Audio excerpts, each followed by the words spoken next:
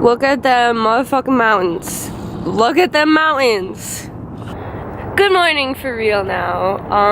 I'm back again from the dead. If you missed me, probably not. I'm in Salt Lake City, Utah, and I'm here for the Animal Liberation Western Convergence 2018, hosted by Direct Action Everywhere, DXE, and I'm fucking excited to say the least. But I'm about to walk to a coffee shop and work on my book that I'm writing, that I've been working on every morning. It's basically like a memoir slash autobiography of my travels this previous summer, my experience working with PETA, the largest animal rights organization in the world, that I have a lot to fucking say about, because even just saying the word PETA, sometimes you get shit, and not shit from like non-vegans, you get shit from vegans, and it's purely because, partly because they don't know exactly what PETA does, and also because they're blaming an entire organization on the mistakes of a select few individuals. Like, you can't have an entire thousands and thousands and thousands of people large organization and have it be perfect. Like, there's gonna inevitably be someone who's associated with that organization who's gonna make a choice that maybe you don't agree with, but that doesn't mean you should condemn the entire organization of PETA as evil. They literally stand for people for the ethical treatment of animals, and that's why I'm here today, because I want to ethically treat animals. Oh, it's probably like really shaky. Oh, I suck at vlogging. What? Okay, I'm just gonna walk to the coffee shop and I'll talk to you later. Bye.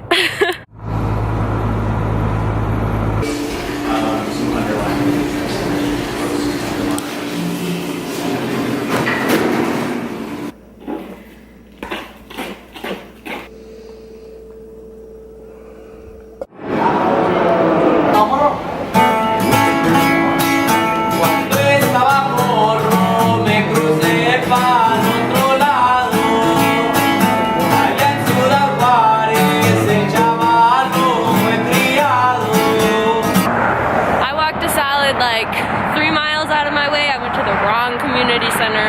I don't know what the fuck I'm doing, but I'm now 6 minutes away from the actual destination. Who's excited to be here today?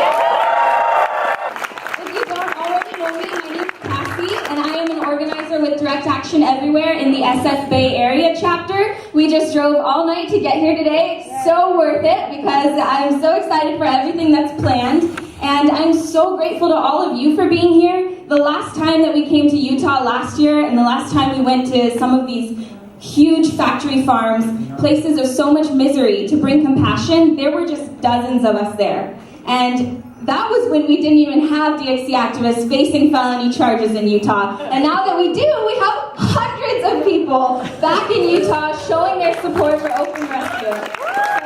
We are going to be going and creating compassion in one of the most unexpected places, rescuing 100 turkeys days before Thanksgiving from being slaughtered to be someone's meal, and they're going to become family members all around the country. So thank you for being part of that, and as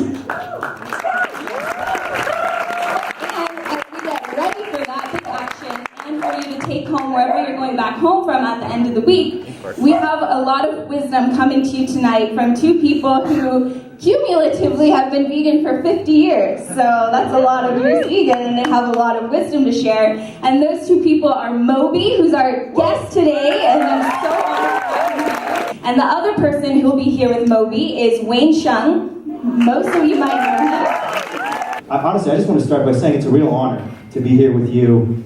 And, you know, I've been an animal rights activist for almost 20 years. I didn't imagine in my lifetime that we'd be able to get 600 people out in the middle of Utah to do animal rights demonstrations and to have such an influential figure like Moby with us. And if those of you who don't know about Moby, as an animal rights activist for 20 years, I've known about Moby's story over that entire time period, because back 30 years ago, when veganism wasn't even really a thing, Moby was one of the few vegans out there as a public figure. Well, so this month, actually this coming Thanksgiving will be my 31-year vegan anniversary.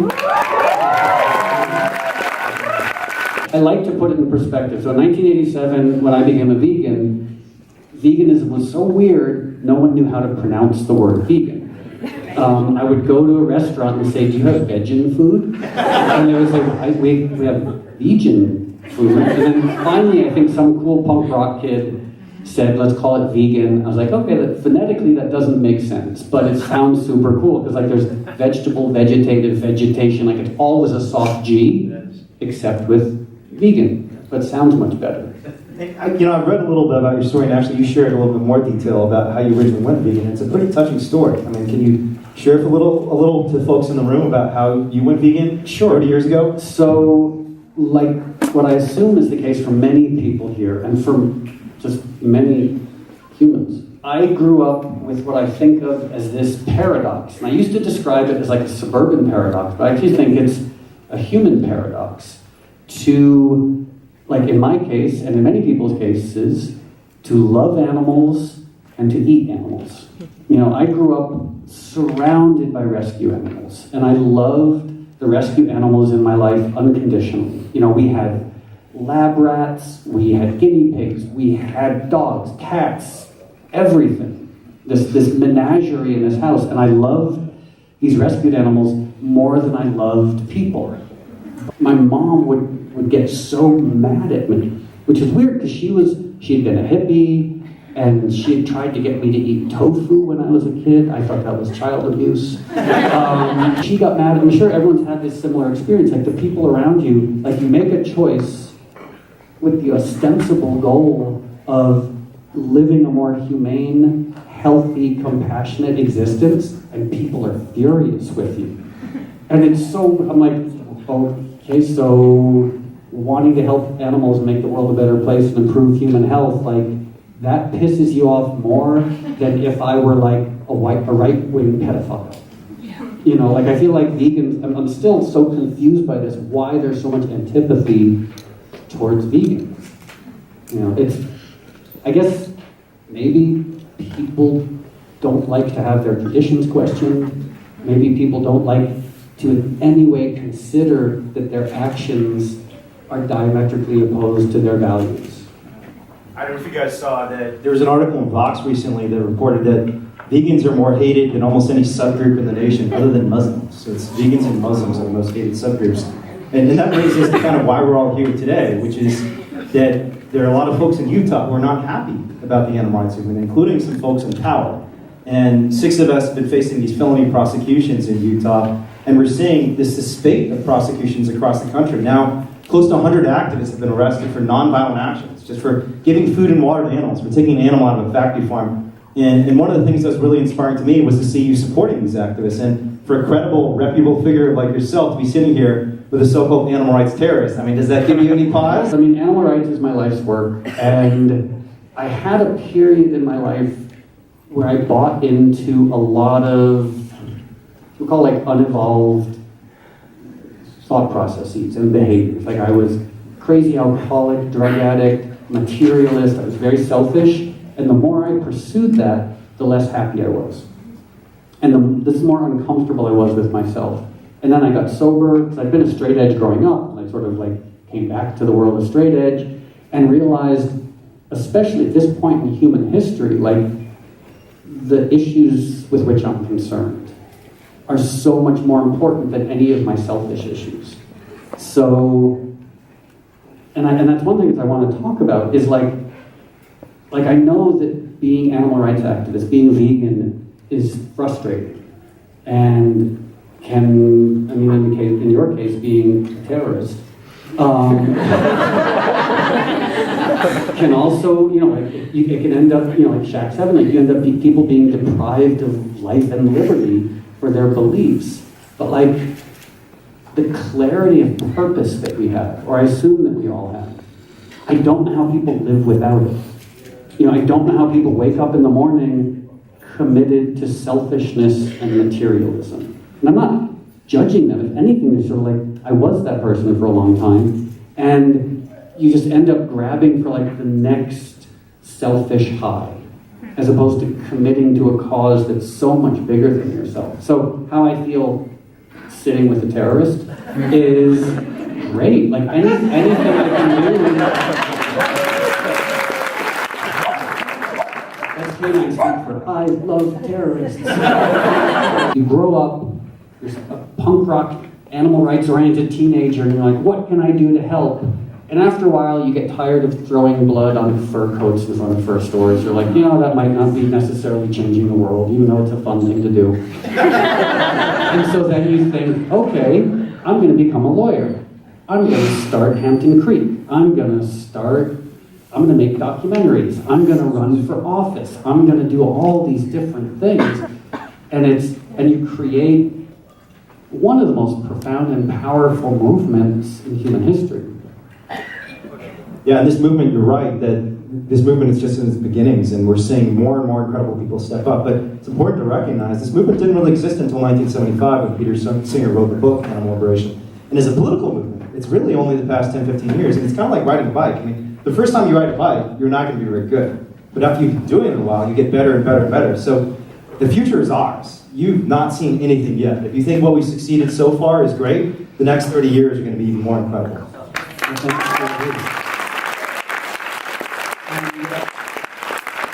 Another thing we've been talking about that you brought up that I really agree with is twofold. One, effective use of limited resources. Because we're a growing movement, but we're still tiny. And the other is infighting. I know how seductive and tribal it can be to judge other people. When you judge other people, you hurt the movement. It doesn't matter.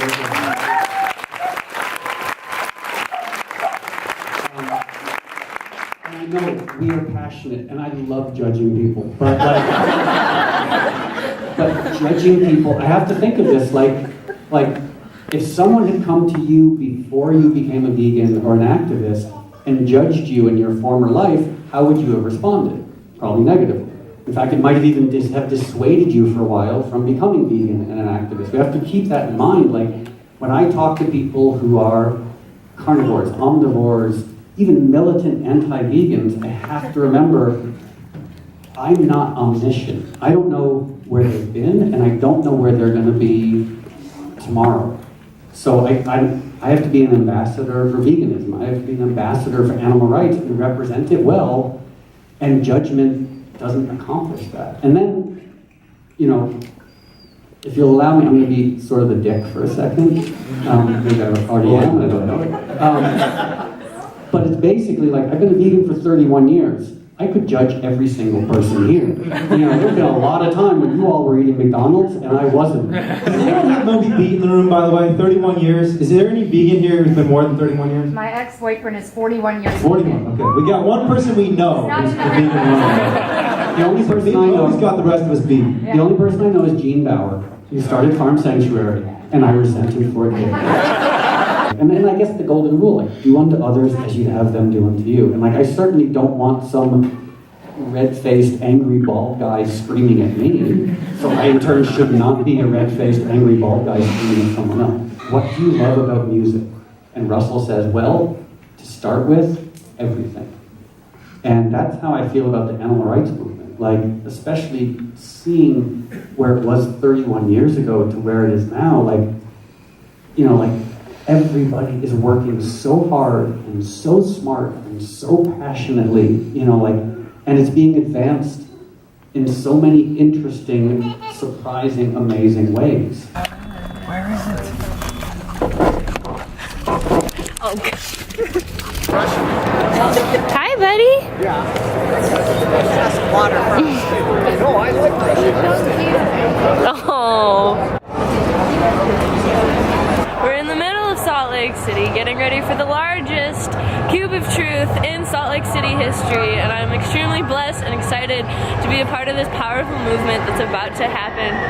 The energy just feels so positive being around so many like-minded people. It's a good feeling not being the odd one out for once and being a part of a group of people who believe in the same things you do and go out of their way to take action in compassionate ways for the same way you do. I will show you as the cube forms, but I'm hoping I get a chance to do outreach. We just came from a community center where Moby gave a beautiful speech about his role in the animal rights movement thus far, and the impact he's made. A very successful musician. He's written books and he's writing more books, which is inspiring to me. And his words were just extremely inspiring. So yes, let's see how this unveils. I'll just say one thing, which is what Moby said, that rescuing animals is a beautiful thing, it's a powerful thing. We've done it many times across the nation, frankly across the world. But the key thing about all these rescues, especially in the face of prosecutions, is we need to keep telling these stories. Every megabyte of footage that we shot, if it's not being used by people like you, it doesn't have any value, and all the risks we've taken are for naught. So you are not just the animal's voice, you're our voice, you're our hope as defendants. Because every single moment I serve in jail, if I serve jail time, will be worth it if we get these secrets out, if we can show people all across the world what's actually happening in these horrifying facilities. Because when people see this stuff, they cannot stomach it. They don't want to see it, and you are the opportunity for the world to be exposed to these dark truths that need to be told. So thank you all very much. Come talk to me. I'm very approachable. I love to chat with every single one of you before the convergence is over. But I'll pass it off to one of the other co-defendants now. Hi everybody, my name is Paul, and I just want to say how amazing it is to see all these faces. We've been coming to Utah periodically for court cases, and every time we meet more people, and we hear about more advances, and we hear there's a chapter in Ogden now, and we see all these folks out, and it's incredibly inspiring and incredibly important because of the footage that you'll see from Smithfield and Norbest tonight, almost everyone in those videos is dead, but some of those mother pigs are still trapped in those walls right now. And until we can get every one of them out of there, we all have to be out here. We got to show people, we've got to recruit people, we've got to talk to people, and inspire people to take the kind of actions that will change the world for animals. Thank you.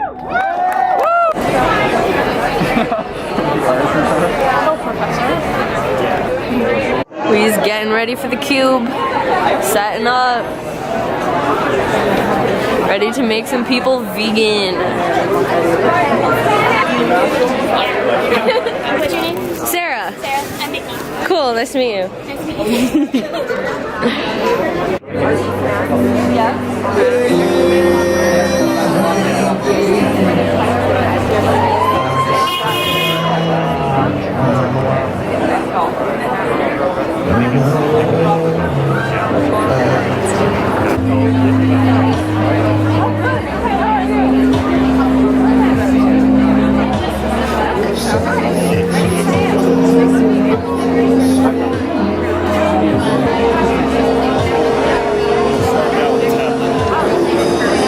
So right now we have a very large cube going on over there.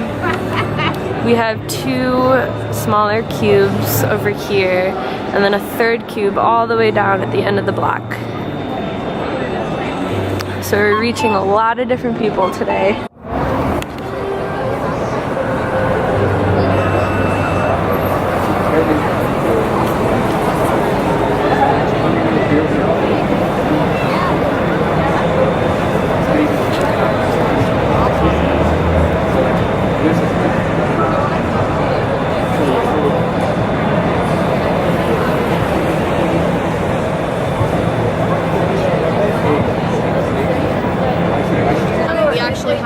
Activists that are facing felony charges for going into these places and recording this exact footage and rescuing baby piglets that are sick and dying.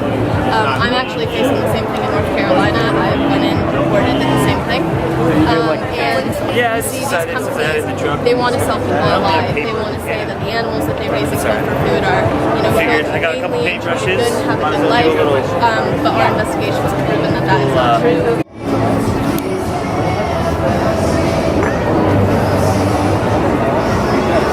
A little dark, but we'll get there.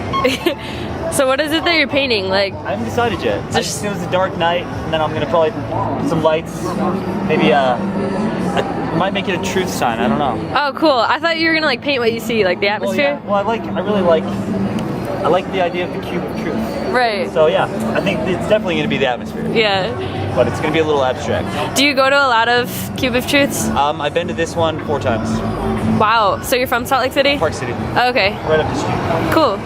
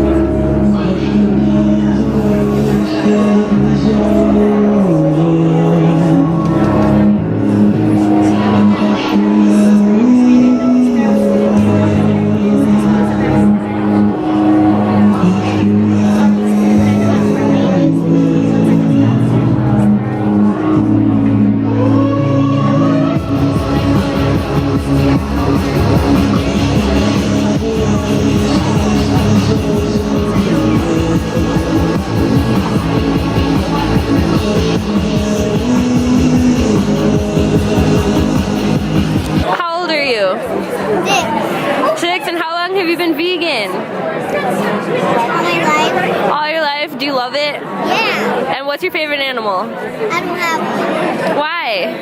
Because they're all wonderful. Yeah, they are. That's crazy. This room full of people, every single individual in here is vegan.